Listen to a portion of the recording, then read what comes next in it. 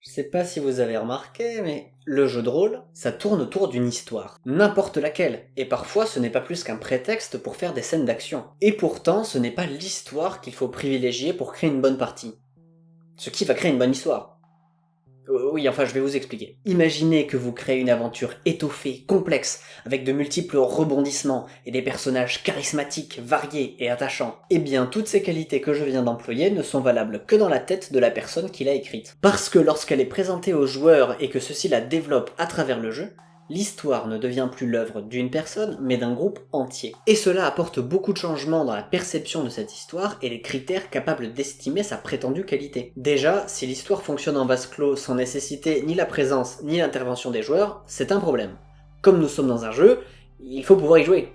Il est donc important de donner aux participants des moyens de passer à l'action, d'interagir avec l'univers, pour bousculer ou restaurer l'équilibre du jeu. C'est justement le fait de pouvoir gagner ou perdre quelque chose qui fait tout le sel de la partie. Ainsi, une bonne histoire en jeu de rôle repose énormément sur la capacité du meneur de jeu à transmettre son aventure aux joueurs pour qu'ils puissent se l'approprier. Ce sont justement leurs réactions qui vont modifier la suite de l'histoire, ou au moins son déroulement. Et nous avons là un point crucial de l'histoire en jeu de rôle. Contrairement à un film ou à un livre dont l'intrigue est déjà terminée, là, le public est actif face aux événements. Il peut commenter, altérer ou interrompre une scène. Ce qui fait que s'il se trouve face à un personnage qu'il n'aime pas, le public peut tout à fait le délaisser ou lui mettre des bâtons dans les roues. Et inversement pour un personnage apprécié. Et peu importe le niveau de développement du dit personnage, des joueurs peuvent tout à fait bouder un antagoniste supposé intéressant et adorer un individu lambda à cause d'une situation, d'une blague, d'une phrase, etc. C'est un facteur que les meneurs de jeu doivent bien garder en tête lorsqu'ils préparent une partie.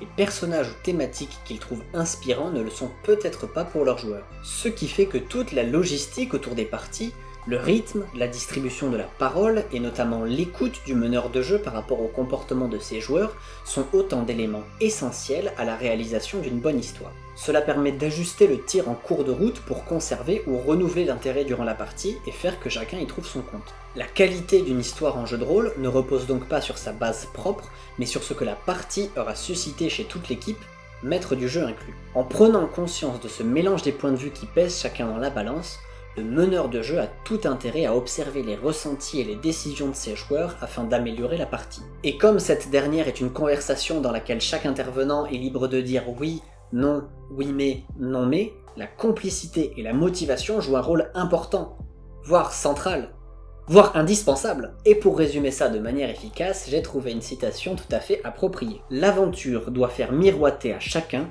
ce qu'il cherche ou espère. Globalement, si vous respectez ce critère, les histoires intéressantes deviennent beaucoup plus faciles à imaginer et à construire.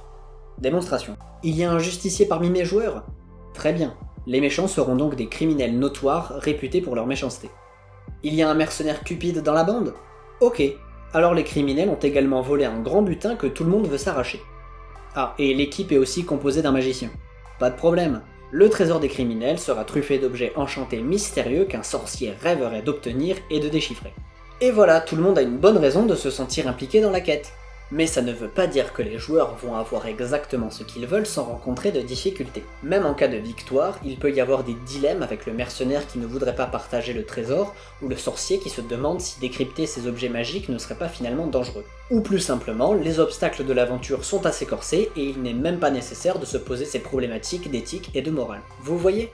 Rien qu'en cherchant des motivations pour les personnages, nous avons assez de matière pour faire une partie qui peut tenir des heures et qui laisse toute sa place à l'interaction de se faire et à l'univers de se développer. Mais attention, comme dit en début de vidéo, pour le moment ça ne sonne bien que dans la tête. Ce qui va déterminer la qualité concrète de l'histoire, c'est l'investissement qui va être mis dans le déroulement de la partie. Répartir la parole, dissiper les malentendus et ellipser les moments inutiles sont autant de bonnes choses à faire qui peuvent radicalement transformer une séance ennuyeuse en séance extraordinaire dans laquelle tout le monde s'amuse. Mais ça, c'est pas de l'écriture d'histoire, c'est de la logistique, c'est du social. Pour tout vous dire, j'ai à ce sujet le souvenir de 2 parties que j'ai eues avec des équipes, chacune différente et dans un univers et un système de jeu différents, mais avec une situation similaire illustrée par la même musique, un affrontement contre un antagoniste. J'avais choisi cette musique pour l'immersion, le côté épique, en mettre plein la vue, etc. Dans une des équipes, j'avais privilégié le travail de l'univers, de l'histoire,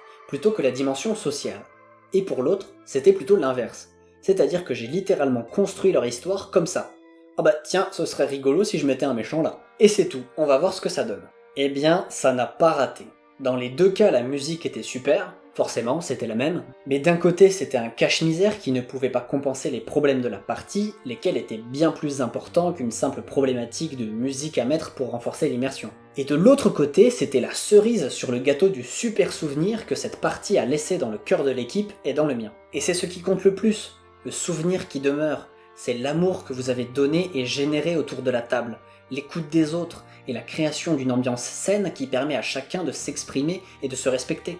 Tout ça pour dire qu'au final, être expert des histoires en jeu de rôle, c'est quand même assez secondaire. Et même chose pour le fait de se procurer des tonnes de matériel, ça c'est quand on a un objectif très précis.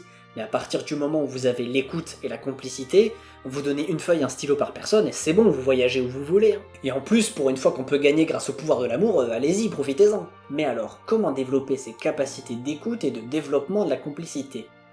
Eh bien, ce sera peut-être le sujet d'une prochaine vidéo. D'ici là, je vous remercie pour votre attention, et je vous dis à une prochaine fois. Blablabla, pouce vers le haut, blablabla, abonnement, blablabla, commentaire, oui, youpi, dansons tous ensemble, esclaves de l'algorithme que nous sommes. Non, par contre, si vous avez vraiment quelque chose à dire sur cet épisode, n'hésitez pas, parce que moi ça m'intéresse de savoir ce que vous en pensez. Allez, bisous.